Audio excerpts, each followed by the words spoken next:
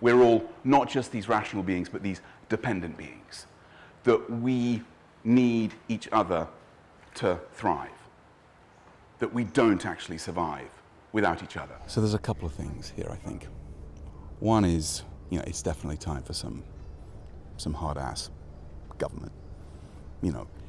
You've got technological cycles where old technologies remain locked in because there's all sorts of institutional incentives that have been great because they've helped roll out the old technology, let it bring welfare, and that's what happened to Fordist mass production.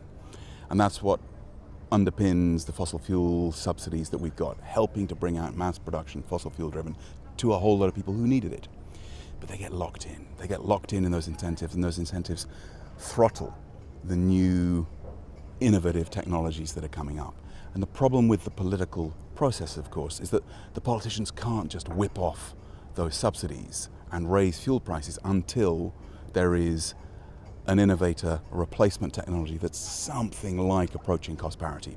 Now, the really exciting thing now is, of course, we've seen where it's not already at cost parity, there's colliding megatrends with decreasing energy returns on fossil fuels. We're scraping the barrel.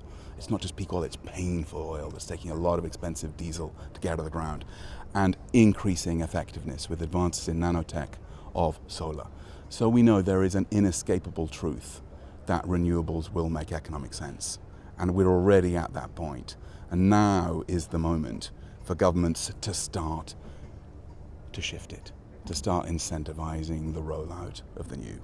And we need leadership in the policy arena. And China's putting 1.7 trillion in its 13th five-year development plan into strategic subsectors, which include clean tech, renewables, micro-manufacturing. The US is doing some interesting stuff with its ARPA-E program as well. What we need to see is governments realizing that that is the route to gaining competitive ground in the industries that are going to be the industries of the future, and starting to underwrite risk, subsidize those innovators so that they can really accelerate into cost parity and roll it out. In this world that's increasingly a digitized world, where there's increasingly the soft option of clicking our way or swiping our way into the next simulacrum of real experience, we need to get close up